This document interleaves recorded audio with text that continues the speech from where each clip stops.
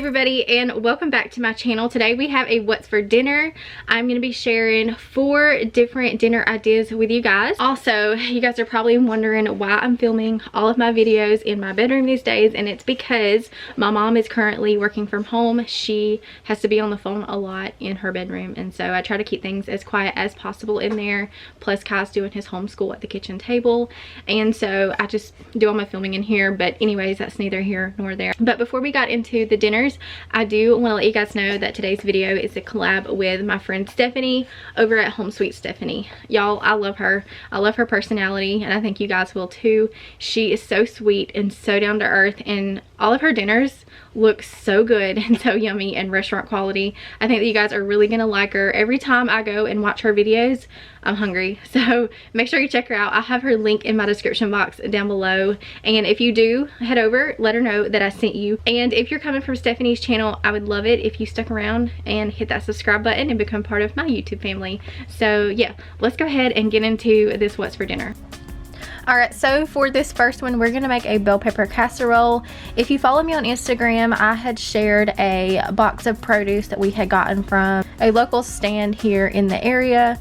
We had gotten just a box of mixed match produce, and at the time I thought that we were going to have to preserve most of it, but it turns out we actually ended up eating a lot of it. But we did end up having some cucumbers, zucchini, and squash left in the box. So you'll see at the end of this video how we preserved that. But everything else went into our meals. So like I said, first up we are going to make a bell pepper casserole.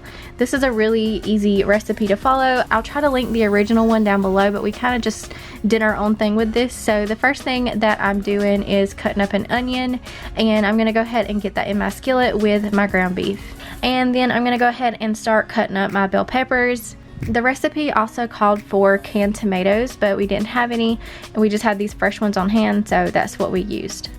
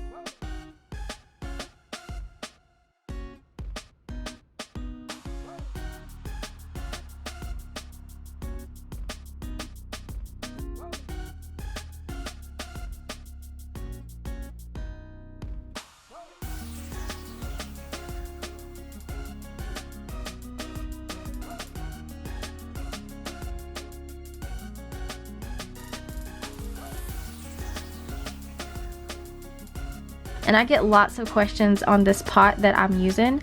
I do have it linked down below, and also in my Amazon store. It is from Copper Chef, but it can be used on the stovetop and the oven. So if you're interested in anything that you see in my videos, most of the time it will be linked in my description box. And now I'm just gonna take the bell pepper and the tomato and pour that into the pot.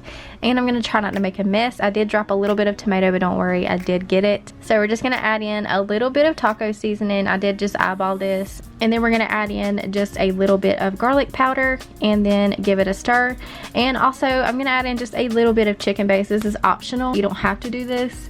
So you can find this at Sam's, and I think Walmart has it also, but this particular one came from Sam's Club. So I'm just taking about a tablespoon and mixing that into about a half a cup of water, and then I'm going to pour that into the pot.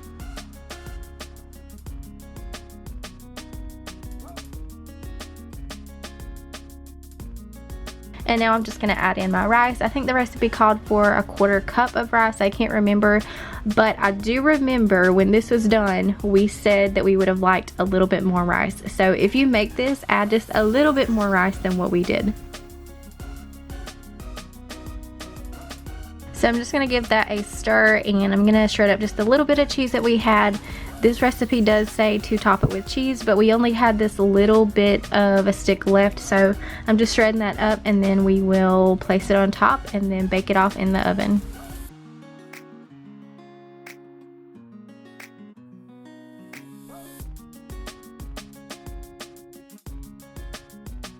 And we're just going to place that in at 350 and bake it for about 40 or so minutes.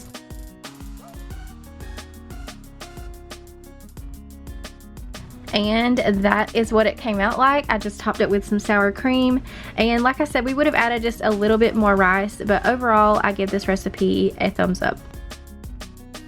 Alright, next we are going to keep it really simple and do some open-faced chicken salad sandwiches.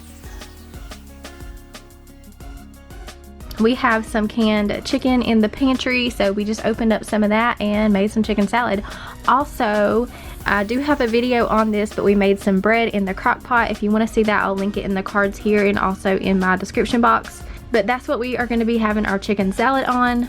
So this is everything that I put into my chicken salad. So we just have some mayonnaise, mustard, of course the chicken, some salt and pepper, and then 1 egg. First, I'm going to start by draining my cans of chicken. You want to make sure you get all of that juice out so that your chicken salad isn't runny.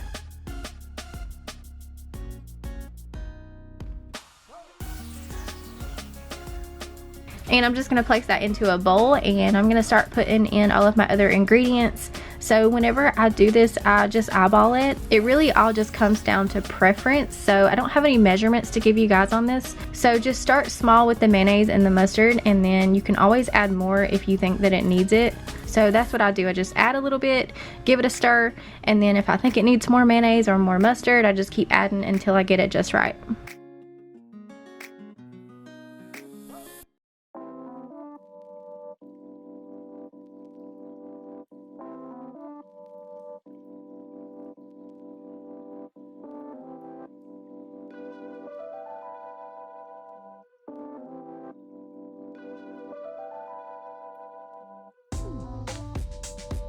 And you can see here that I did end up needing just a little bit more mayonnaise. So one thing we've been doing is growing some green onion in the kitchen. So you just place them in some water and they keep replenishing themselves. So we're just going to cut off a few of those and stir those in as well. They added a really nice flavor. And this is always something quick you can throw together if you are having a busy day. I know a lot of us are doing homeschooling right now, so this is something really easy to just throw together. There's no cooking involved. So one thing that I like in my chicken salad that my mom does not like in hers is some pickle relish. So I'm gonna scoop out a little bit for me, and I'm gonna add some pickle relish in.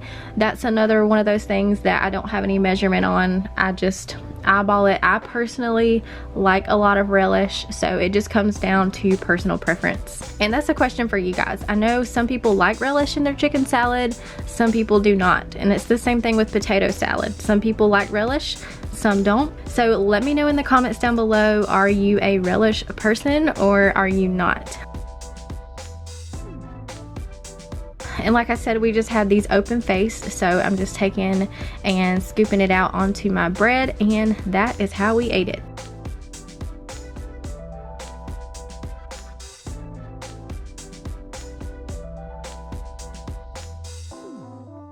Alright, next up we made some cheeseburgers with french fries and some jalapeno poppers. So I'm going to start with the jalapeno poppers.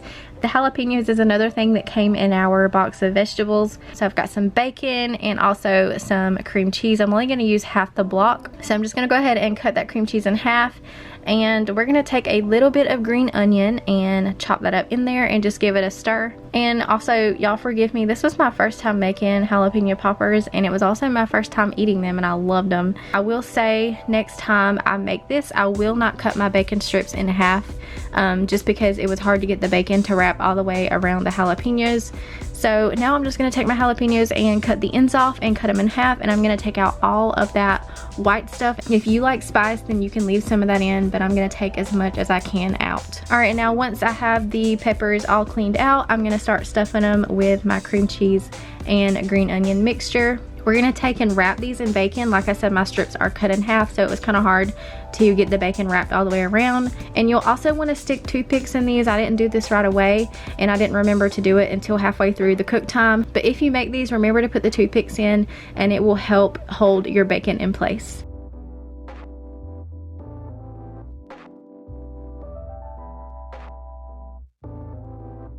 And then I just popped them in the air fryer at 400 for about 20 minutes.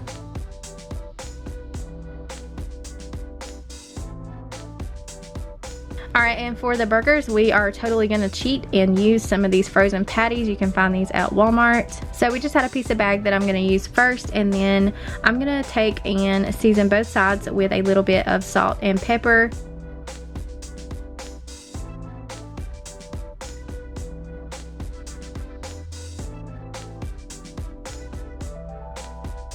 And at this time, my jalapeno poppers were done, so I went ahead and put some fries into the air fryer and let those go while the burgers were in the oven.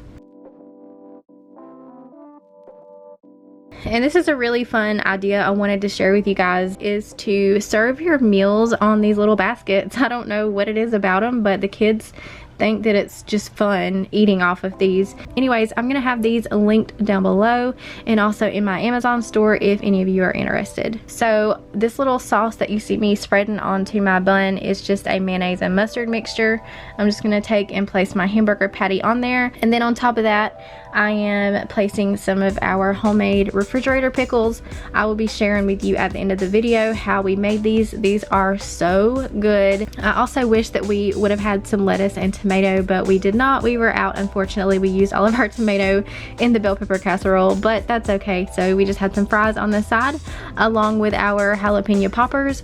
Remember, like I said, this was my first time making these, so they do look a little poor, but they were really good, I promise. And then the very last meal that we made was a chicken bacon ranch pasta. It was also like a really souped up mac and cheese. It was really good and really easy to do, and I did do this in my Instant Pot. It's not the Instant Pot brand, but it operates just like an Instant Pot, and I will have it linked down below in my description box. So all you're gonna need for this is one boneless skinless chicken breast cut up into 1-inch pieces, and then you're also gonna need about a half a pound of bacon, some green onion for topping, which is optional, you don't have to have that, and I'm using about a half a block of cream cheese because that's all I had, and 1 pound of elbow noodles, of course some ranch seasoning, about 2 tablespoons of that, and some milk, and then we're also gonna make some chicken broth with that chicken base.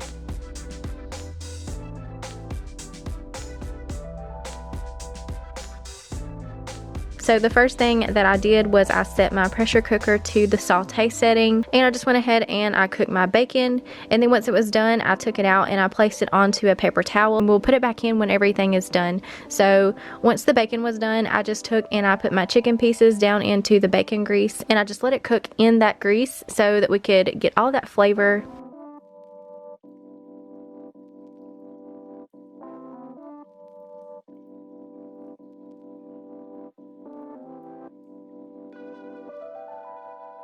So the recipe does call for 3 cups of chicken broth, but we don't have any, so we're gonna make some with this chicken base. So I'm just gonna take 3 teaspoons of this and place it into 3 cups of water.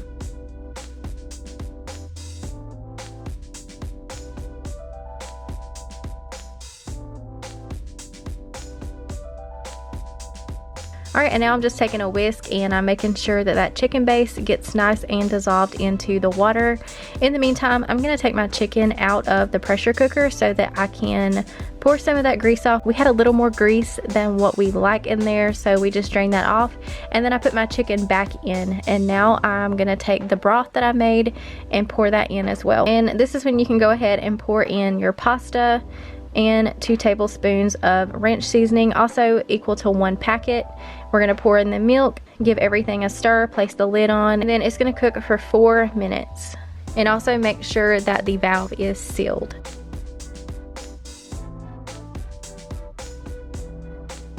So this is what it looks like when it's done. It looks a little bit bland, but don't worry, this is when we add all of the good stuff. So I'm just gonna add in my cream cheese, my bacon, and also my shredded cheese and give it a stir. And Kane, he was entertaining baby Ray for me. She was fighting sleep, so that's what he's back there doing.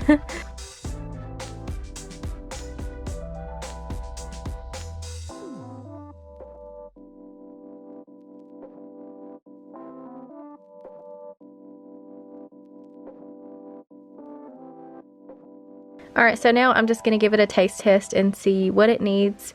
And so we needed just a little bit more ranch and a little bit of salt and pepper.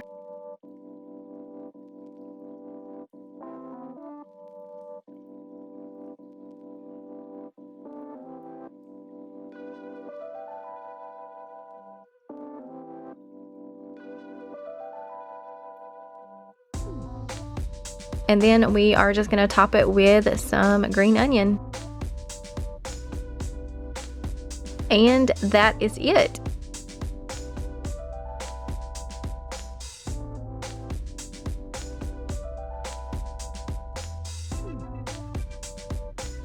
Alright, so next up for these refrigerator pickles, we are going to take about 4 of these cucumbers. And here we have about 2/3 of an onion we're going to chop up. We're going to throw in some salt, some sugar, and some vinegar. I will have this recipe linked down below so that you guys will have all of the measurements. So I'm just taking my salt first and mixing that into a cup of water. And then we're going to take the cucumbers and the onions and chop them up and place them all into a bowl. And then we're going to place our sugar in and then pour in our water and salt and give it a stir, and that is it. We are going to let this sit in the refrigerator for about 2 days, stirring it just so that sugar and everything can really soak into the cucumber.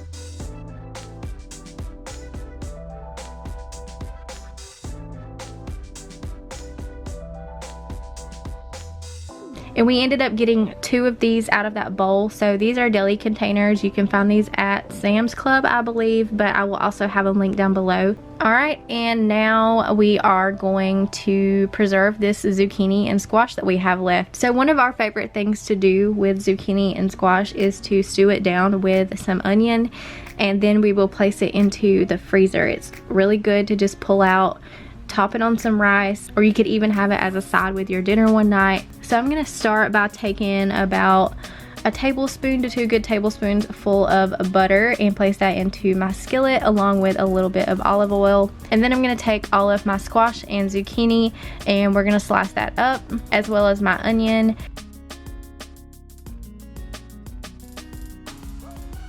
And we're just going to throw that all into the pot together and let that stew down.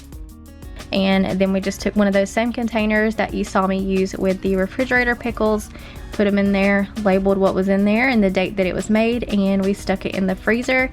Like I said, it's really good to pull back out and top it on some rice, or you can just have it as a side with one of your dinners. Alright guys, that is going to wrap up today's What's for Dinner. Don't forget to check out Stephanie. I will have her link in my description box. Like I said, I think you guys are really going to like her. She's so down to earth. All of her dinners look really yummy. And if you're coming from Stephanie's channel, I hope that you will hit that subscribe button and become part of my YouTube family. Thank you all so much for watching, and I will see you in the next video.